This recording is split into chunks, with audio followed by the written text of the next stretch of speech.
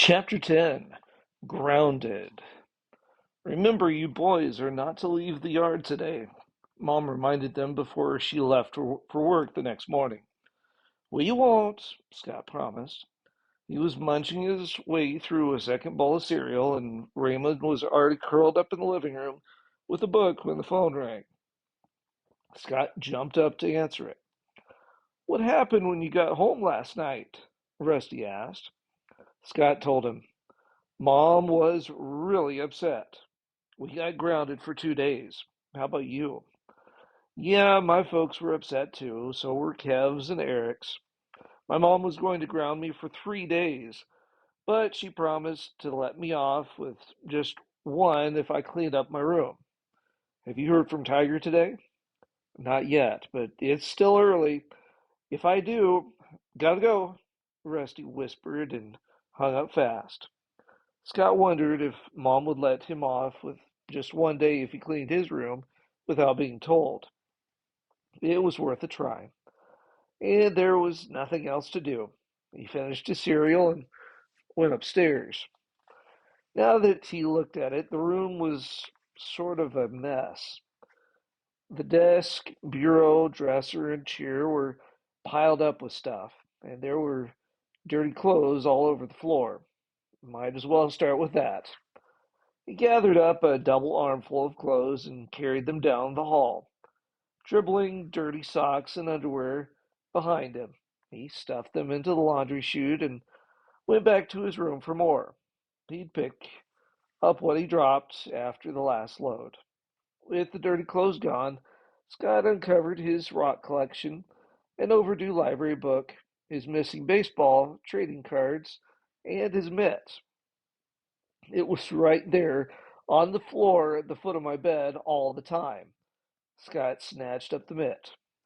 If I'd found it when I needed it, I wouldn't be in this mess. He tossed the mitts up on his closet shelf and slammed the door. Scott spent the rest of the morning cleaning his room. When it was finished, he stood in the doorway and looked around. Everything had been picked up and put away. The rug had been vacuumed. He'd even cleaned out from under his bed and thrown away his rock collection. Mom was really going to be surprised. He left the door wide open so she would see what a great job he'd done and went downstairs. He checked the front steps again. Still nothing.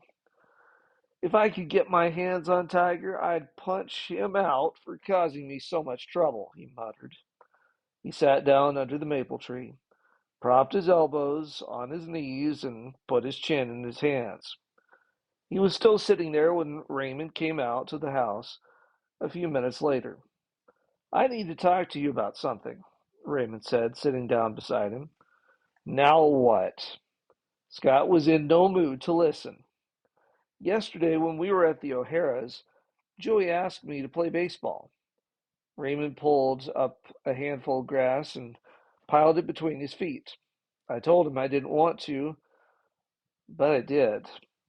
Then why didn't you? I couldn't. You mean because you couldn't stay for the whole game? That happens all the time. Just tell Bernadine.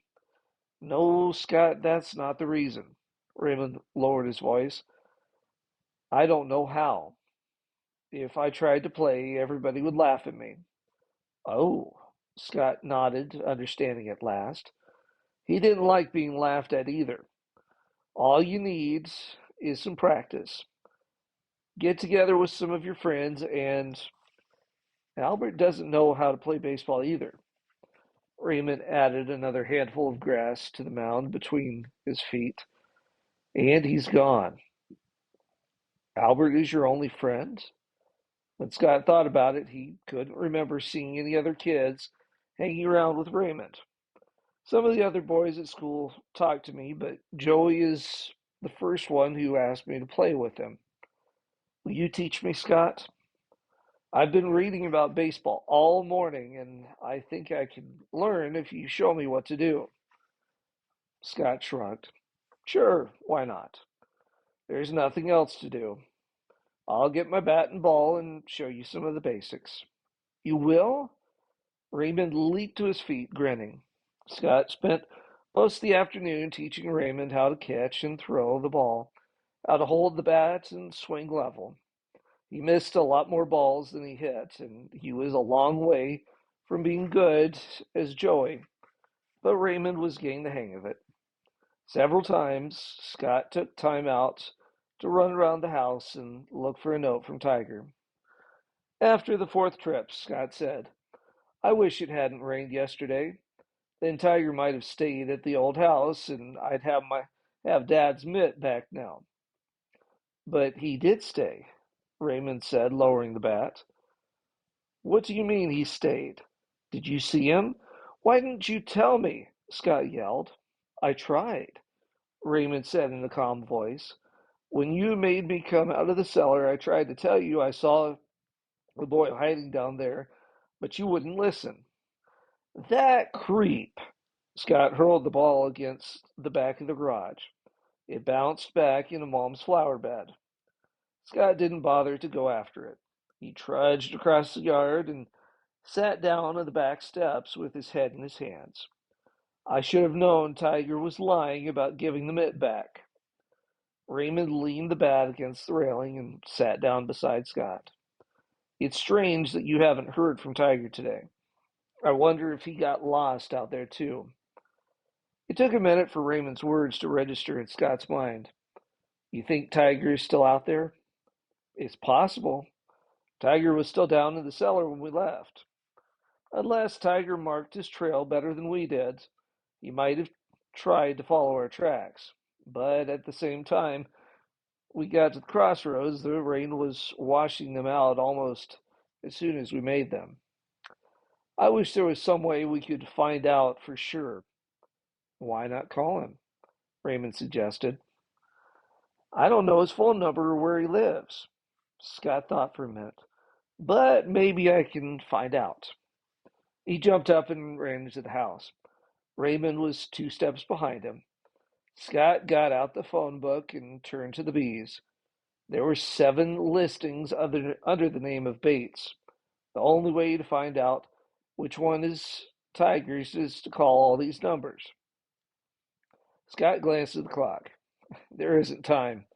Mom will be home in half an hour, and I promised to put the casserole in the oven." He started to put the phone book away.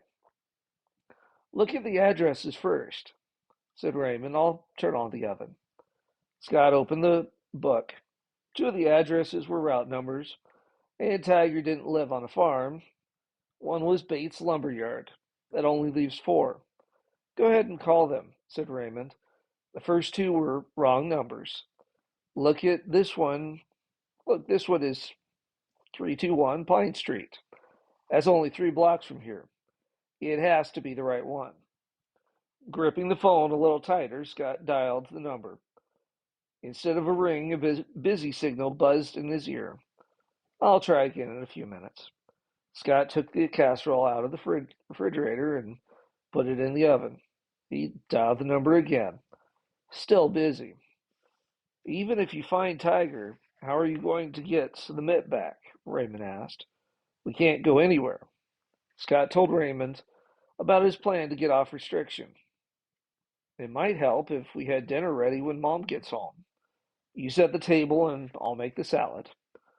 Chopping up the vegetables looked a lot easier when Mom did it.